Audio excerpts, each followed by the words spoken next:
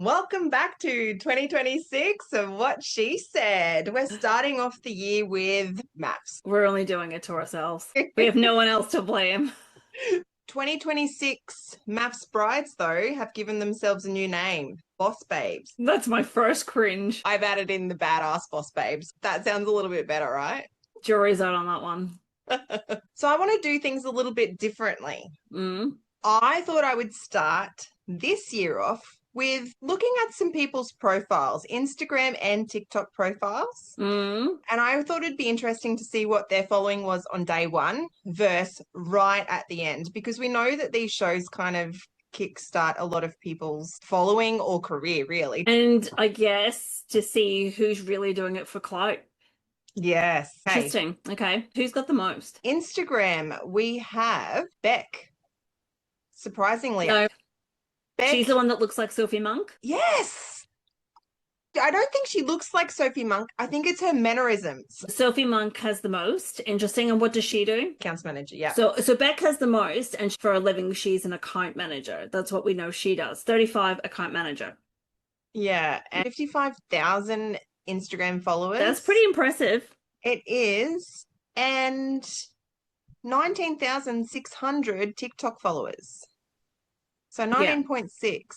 Pretty good. That's pretty good. Next we have Alyssa. We're not going through all of them, are we? Yeah, we are. Why?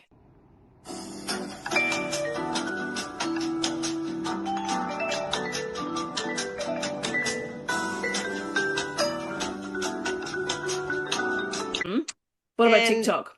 TikTok is Alyssa at 267.8. Now, who's Alyssa? Alyssa is married to David. Okay. Oh, so Alyssa is the one who reminds me of Margot Robbie. So she's the one that made David go down on bended knee.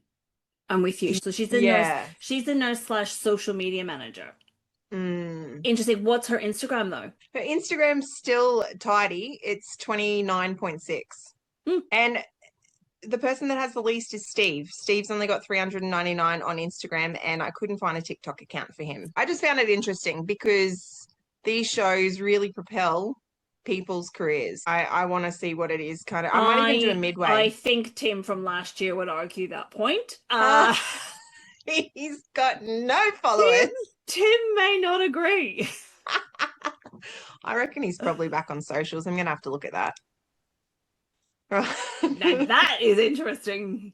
But yes, so I guess we met a lot of the partners. So we have met 7 of the 9 couples. So we still have 2 left to go. When there was 10 and one of the couples had been cut. Oh, I hadn't even heard that. Why? I believe there was some issue with the groom's background. All right. That wasn't taken into account or was not looked into by the production company. What a shock. I actually did look. I was curious about how much MAFS spend on their budget per season. And previous seasons are recorded between $8 and $15 million per season they spend. But this year, it's said that their cost is going to be a lot more due to legal and compliance. So they're obviously doing their due diligence this year to try and keep themselves in a positive light, I'm guessing.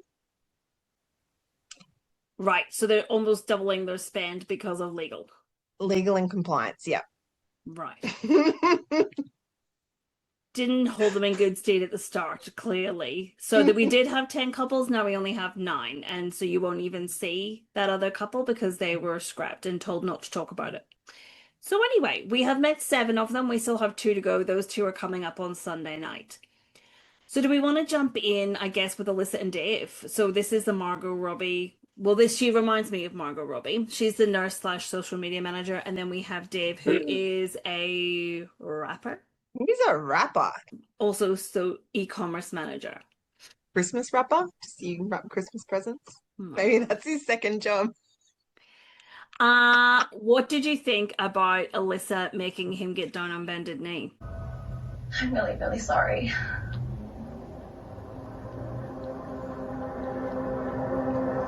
What's she saying? God, I think I can marry you. Not until we get on one knee and propose to me first.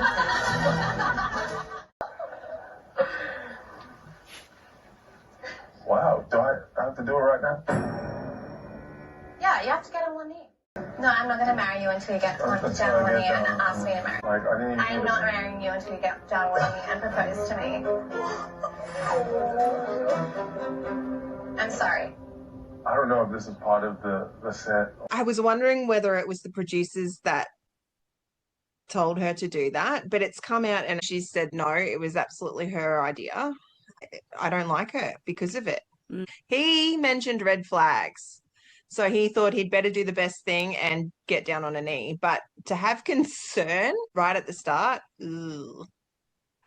I think he just didn't realize how serious she was. Here's my thing. We did learn that he's a Christian person. This is my thoughts when I'm watching the weddings, is who from the family has shown up. And his family hadn't shown up, from what I could see anyway. No. And I think they thought, if you're going to get married, you're going to get married. This is serious. And I think his thing was, if I'm going to get down on bended knee, it's going to be for the real reason, not just for a show. That's right. That's where I thought his head was at. Anyway, I'm glad she apologized later on for it, because I think that was a little bit much. I think so. She says she's like, I'm Christian at the wedding, and I'm like, mate, you might have been brought up as a Christian. You might have grown up in a Christian family, not a practicing Christian. And I think she probably needs to make that clear to him, because I think he's got a little bit of false hopes. We don't know. Well, we don't know that, I guess. Well, I mean, using the Lord's name in vain. There was a lot of swearing and using the Lord's name in vain in the church. Yeah. Yeah. Not appropriate. Not great. Not great. Not a great start. What's your thoughts on these two? We did see a softer side when he hurt his knee. Gosh knows what they were doing in the steam room for him to have fallen and hit his knee. But obviously we saw her jump into action and mend him. But she could do that with her eyes closed. I think, that's what she does for her bread and butter, day in, day out. Yeah, exactly. I just want to touch on something first before we get into the next couple.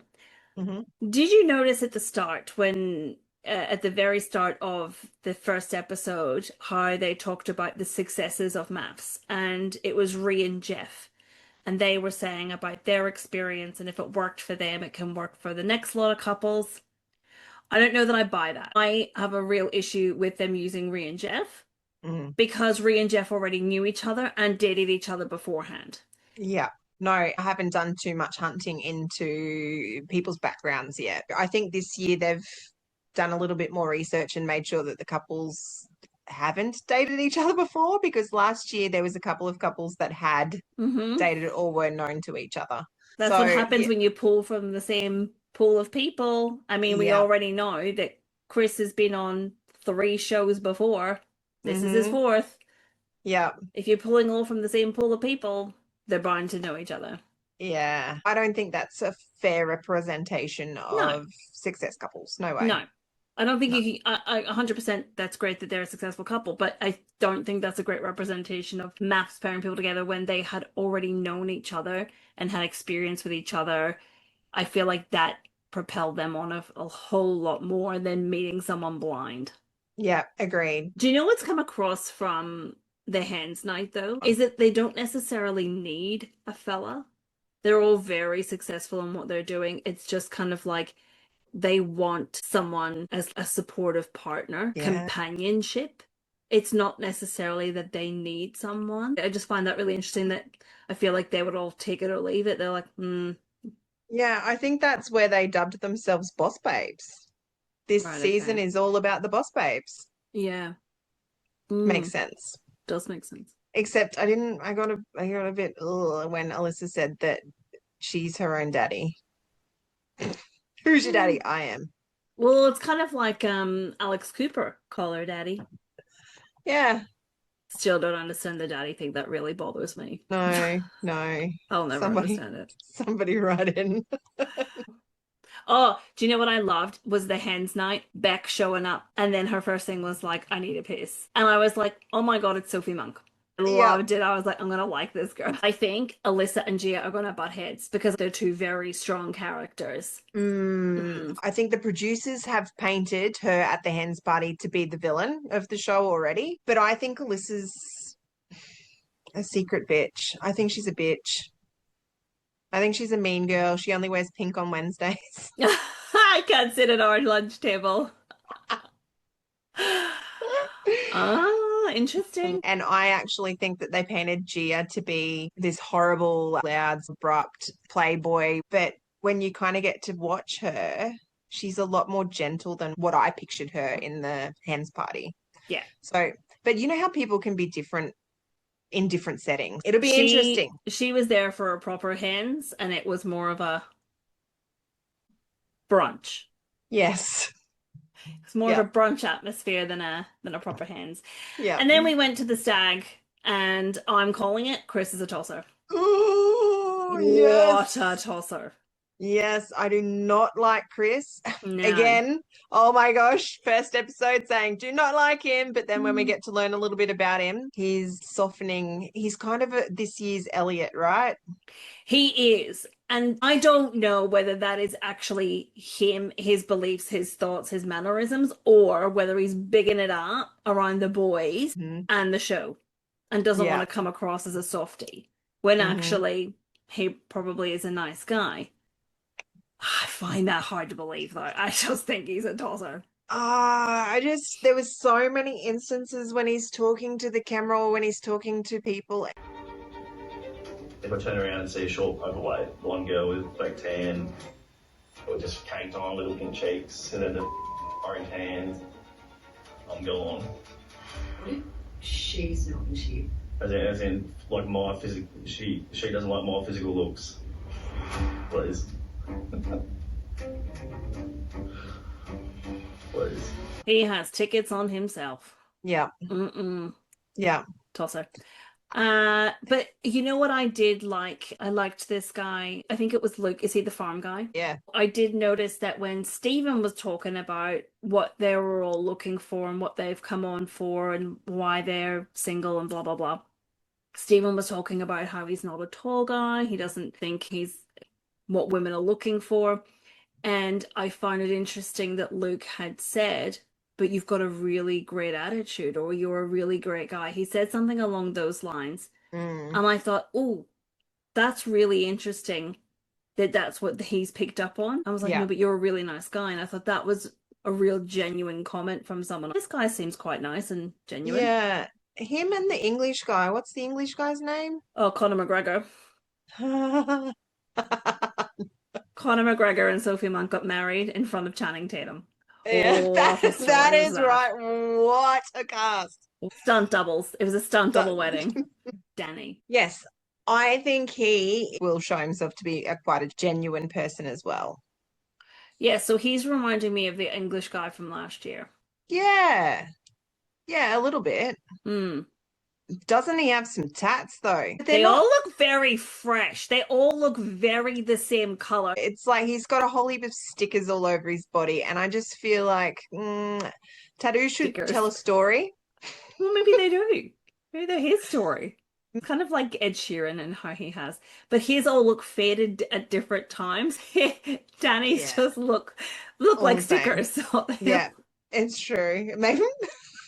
Maybe they're all fake. Yeah, we'll have to keep an eye on them and see if they move. Like Moana, the Maui character. Maui's tattoo. Yeah. On the first episode, we saw the Hens night, the Bucks night. Then we saw Alyssa marry David, and we saw Rachel marry Stephen. Now, Stephen is the boat doctor, and Rachel is the team leader. Yeah. Nicely matched.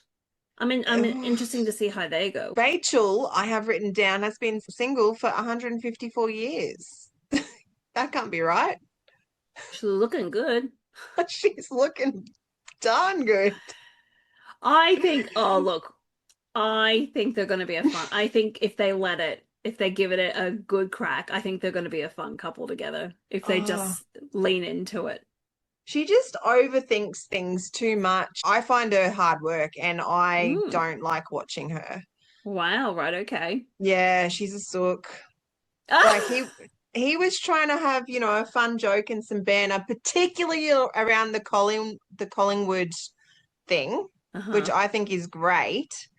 And she's like, don't talk to me, about this. This is really hurting my feelings. I don't want you to portray me as something that I'm not. She's forgetting that they're getting filmed for everything, the whole conversation. They're not, but I suppose she's worried that they're going to edit her wrongly, right? Mm-hmm. So I don't know. I just feel like it could have been worse. He could have gone, well, you've got a lot of teeth for a Collingwood supporter. I don't think she would have liked that one. This is the thing with MAFS though. I don't love the first couple of episodes. I think towards the end of a second week of MAFS really starts to get interesting because I feel like then they all kind of get used to each other. They get used to the cameras. They're not putting on a show. It's no bravado. They're not watching their P's and Q's. Then they actually start to settle in. Yeah. I think that's when it gets interesting. I don't really care about their honeymoon. I look at their dresses, but I really just don't care. And my thing is, it's all very staged. I mean, look, we're going to get into it, but the fact that Luke forgot the rings. What do you like? Hey, Luke, just... Have you got the rings? No. You never told me to bring them. Yeah, I said, do not forget these. No, you didn't. Yeah, but I gave them to you. No. These are rings. Oh. Fun times. So, we'll put them there. Remember them? No. Are they in the bag? No, they're not. They were on the console where the mirror was. I saw them there. I think we're going to have to turn the limo around. Wait. Oh my God, she's not joking. There's no way Mm-hmm. that production wouldn't be like, okay, guys, have you got your mics on? Have you got the rings? You know what I think it is? He said he likes rom-coms, and the producers were trying to create a rom-com wedding. And it's just that his wife didn't find it funny. Oh God, Isn't isn't she she a a princess? stick up the arse? Oh I my do not God. like her. She is hard work. Don't like her. Nah, She comes across as entitled. very much so. Here's the thing with Mel for me is you can't tell me you've never watched MAFS. You can't tell me you've never listened to feedback on MAFS, or you can't see through it. Mm-hmm. It's very much a set show, right? Unless you give me drama, you're going to be sitting here all night. You don't talk to each other. Save it for the room. Let's forget the rings. Oh, come on.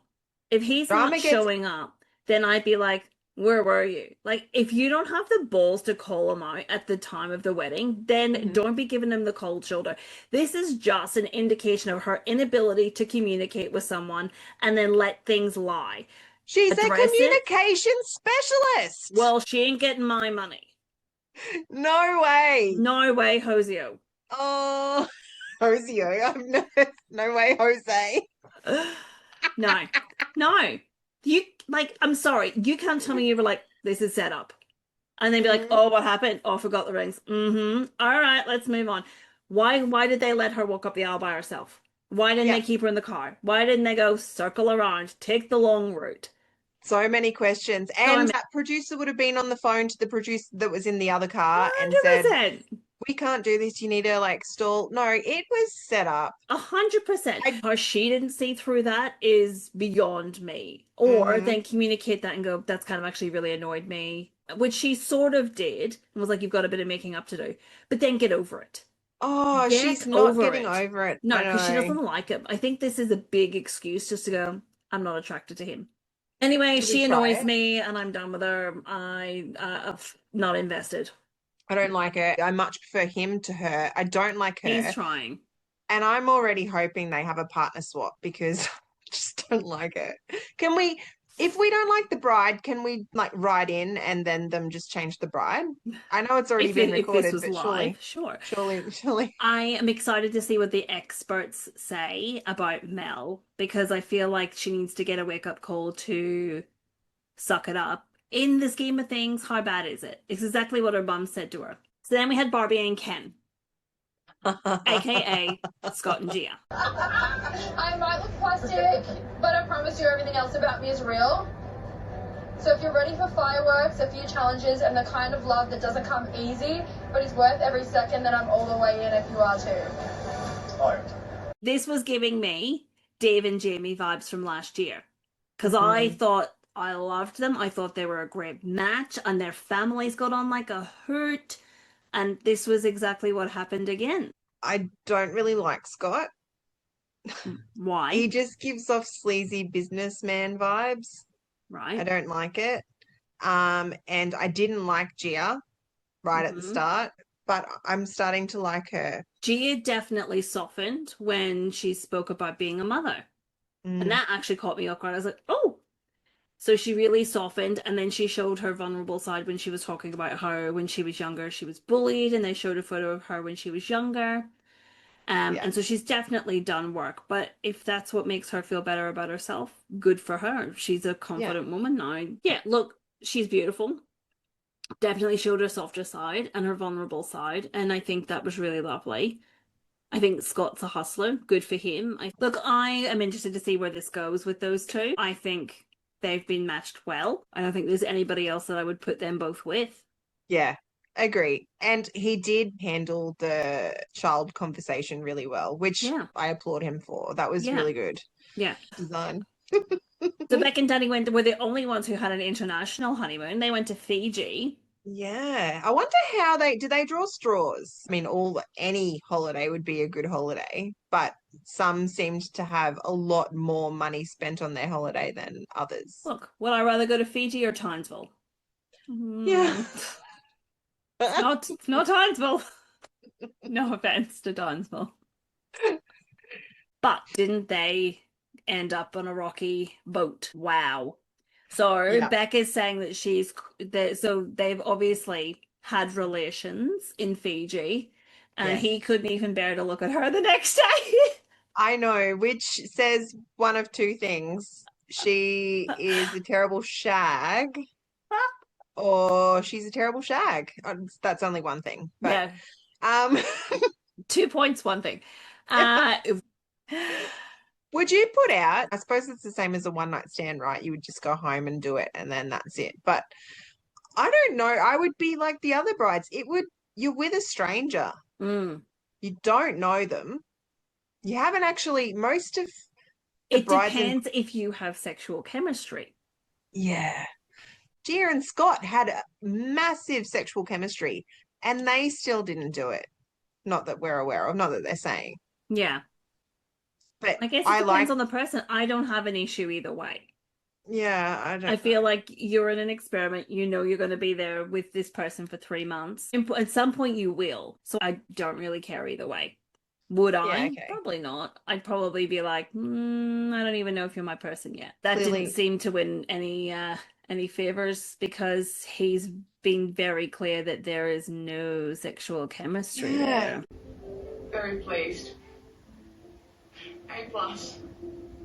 That's great. So much better than it being a dud. Jesus, thank God.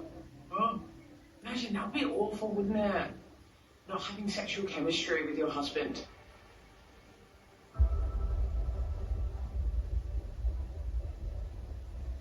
With sexual chemistry, it's either there or it's not. It's sort of just, it's not there. Aren't sexual attraction and chemistry the same thing? I guess you can be attracted to someone but not want to. Yeah, okay. So you can think someone's attractive, but not want to go them, yeah. Right. And then vice versa, you could get someone who you just don't know why, but there's just this crazy chemistry between you. Yeah. I'm going to call it early. I'm saying that Beck is a narcissist. Ooh. Yeah, right, calling it very early for this one. Which, let's talk about the fact, is this attractive? Do you want a triple take on the girl that you've been staring at all day again? Or what? Or what?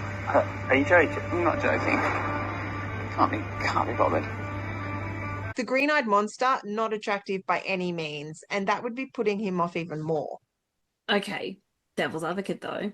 if you had sat there all day with someone who kept looking at someone else, and if it was the same person all day, and you got to the end and they're still doing it, I don't know that I would have addressed it in that manner, but then I would be like, well, are you into me? It sounds like she's frustrated, she's annoyed, and this is not the first time. And I think that's what we see from Rachel, is that, you know, Rachel and the you haven't called me beautiful, you haven't said I look great, is a trigger for her because of obviously something that's happened in the past. So this is clearly a trigger for Beck, because this is probably something that's happened in the past.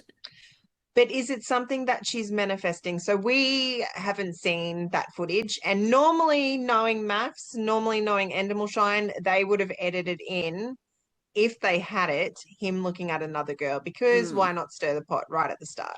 Yeah. I just feel like there is such a thing as people watching. Yeah. People watching. And it could have just been by coincidence that it was the same person, or even a person that looks similar. You're in Fiji, I guarantee there'd be many guests in a resort. Sure. So I don't know. Yeah. Okay. Well, I guess we'll have to watch that play out. I just want to move on to Brooke and Chris. We haven't spoken about Delta Goodrum lookalike. Did you get that? No, can't say I did. She seems lovely. And they've paired her up with Chris. With the tosser. Yes. God love her. I feel like she's really got a work cut out with her with this one. Good luck. He's very physically attracted to her, so I think he's gonna bow down to every whim. I find it interesting his friend's reaction when she wouldn't kiss him and would put her cheek up.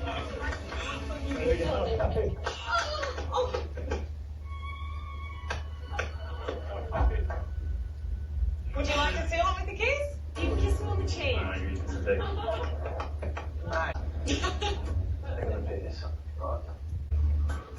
Far out. This is a disaster.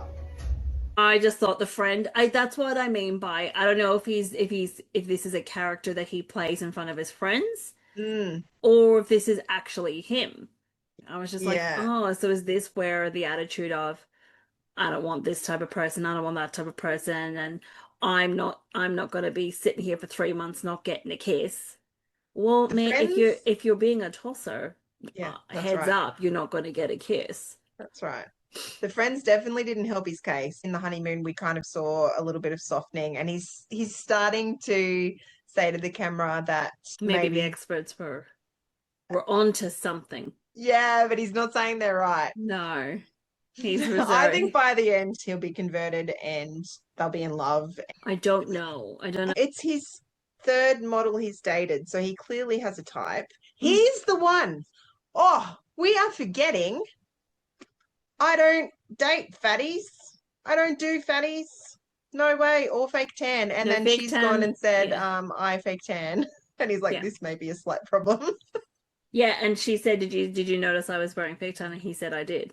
Yeah. Yeah. Yeah. And I think he's just going to come around to this. I don't think she's going to stop. So I think he's just got to come around to the fact that that's what she does. And I think the difference between somebody that's a little bit bigger to somebody that is her and that is a model using fake tan, different ick. He was saying right at the start in the Bucks party that he likes a fit woman. That whole idea that to be fit, you have to be small, right? Mm-hmm. You can be a gym addict and still be a bigger woman. Mm-hmm. You just don't eat in deficit calories. I think there's a difference between fit and fat. Definitely. It's okay to say, I don't find that attractive. And for the purposes of, it's very important to me that people take care of themselves and are healthy and have healthy habits is the interpretation between, if you're fat, you're lazy, which is not true. You're entitled to have that. It's just very, very he needs to choose controversial. His word. Yes. Yeah. He needs to speak to the communication specialist that isn't very good at her job. Mel, great. Yeah. That'll end up really well. I think he just needs to choose his words, but I feel like he's a guy who just goes, you just got to take me as I am. I'm just going to say what I want to say.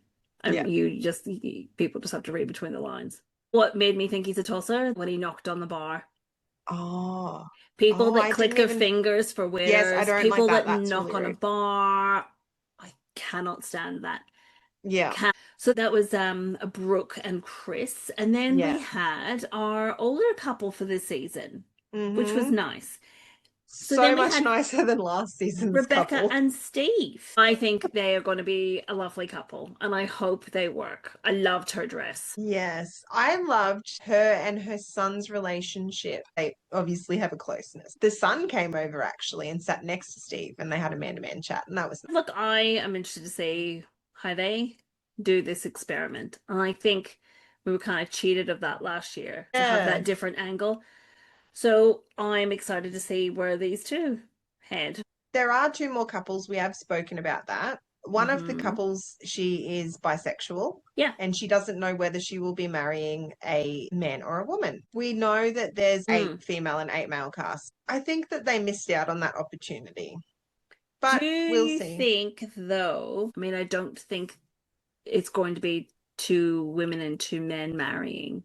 No, well, we saw the teaser and it was definitely one male-female wedding. So, you would assume that the other wedding would also be. I don't know, unless they go, here's your other option. I don't know how they're going to do it. Yeah, I don't know either. Anyway, that's going to play out on Sunday, so we'll be able to chat about that next week and see what comes of it all. Yeah. I'm just excited for them to get back to their quarters and have some meetings with some experts so we can address the issues, i.e. Mel. She's an issue. She's a massive.